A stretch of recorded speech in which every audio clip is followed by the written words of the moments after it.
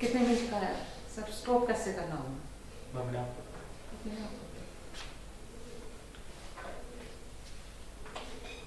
Hello friend, how are you? Today's our new topic items.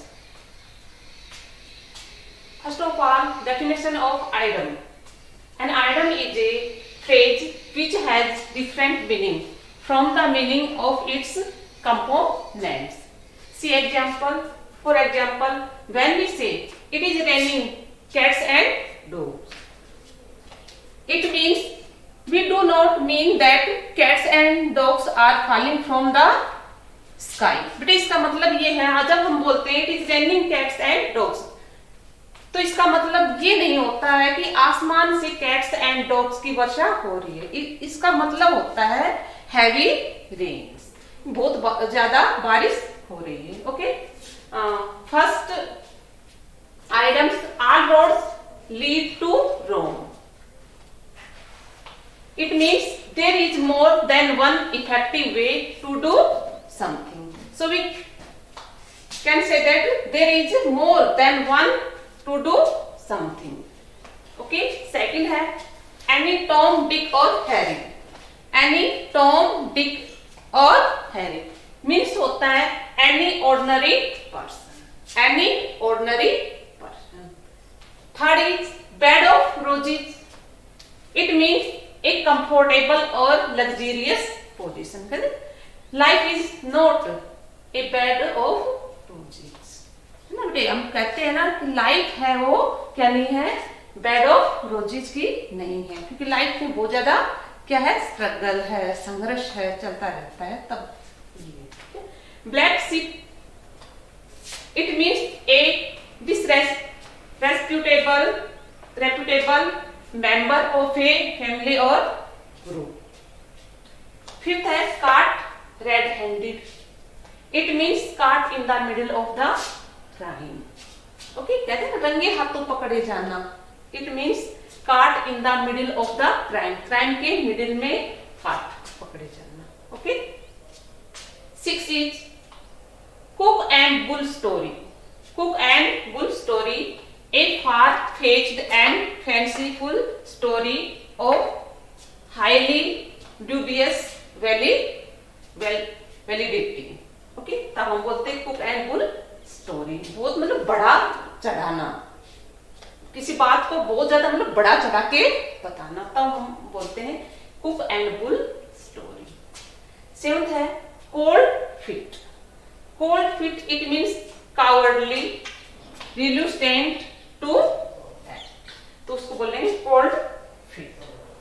एक है under the weather, means होता है सिक या इल।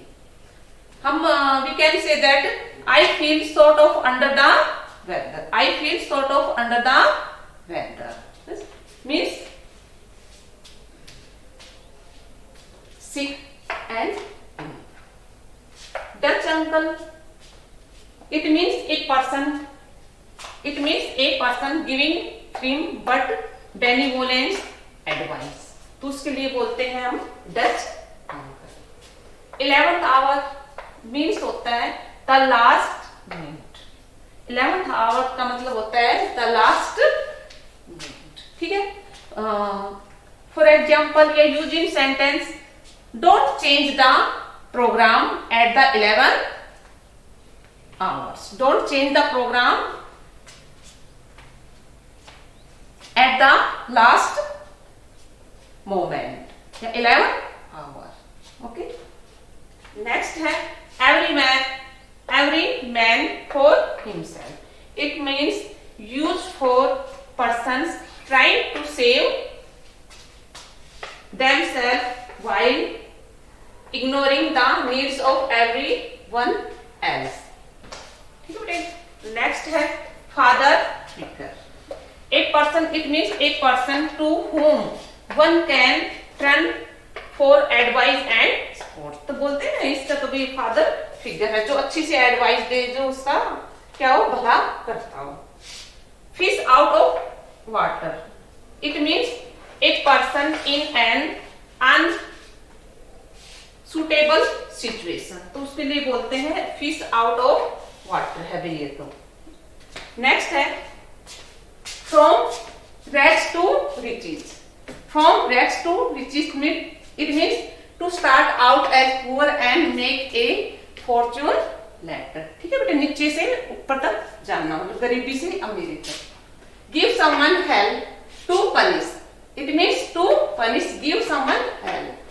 Green as grass, green as grass it means naive या untrained, जैसे कोई नई नई जगह जाता है, नए नए जॉब के लिए जाता है तो उसको बोलते हैं ग्रीन एज ग्रास।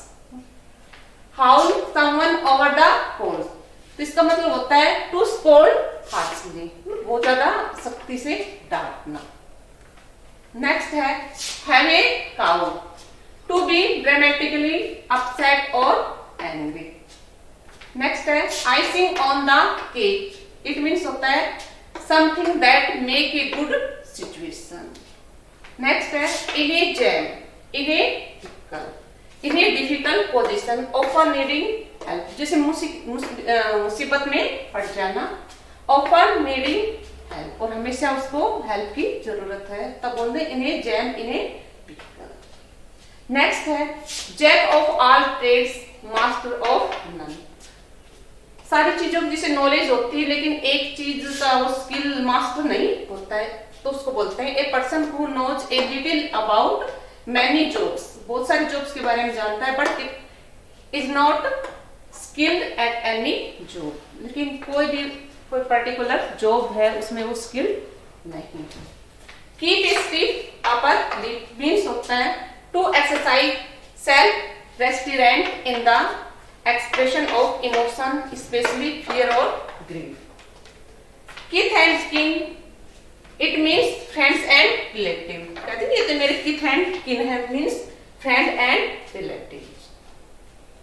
Next है like a moth to flame, strongly attract to something, regardless of likely negative consequence. Next है Noise then means होता है any dangerous or frightening place. Okay.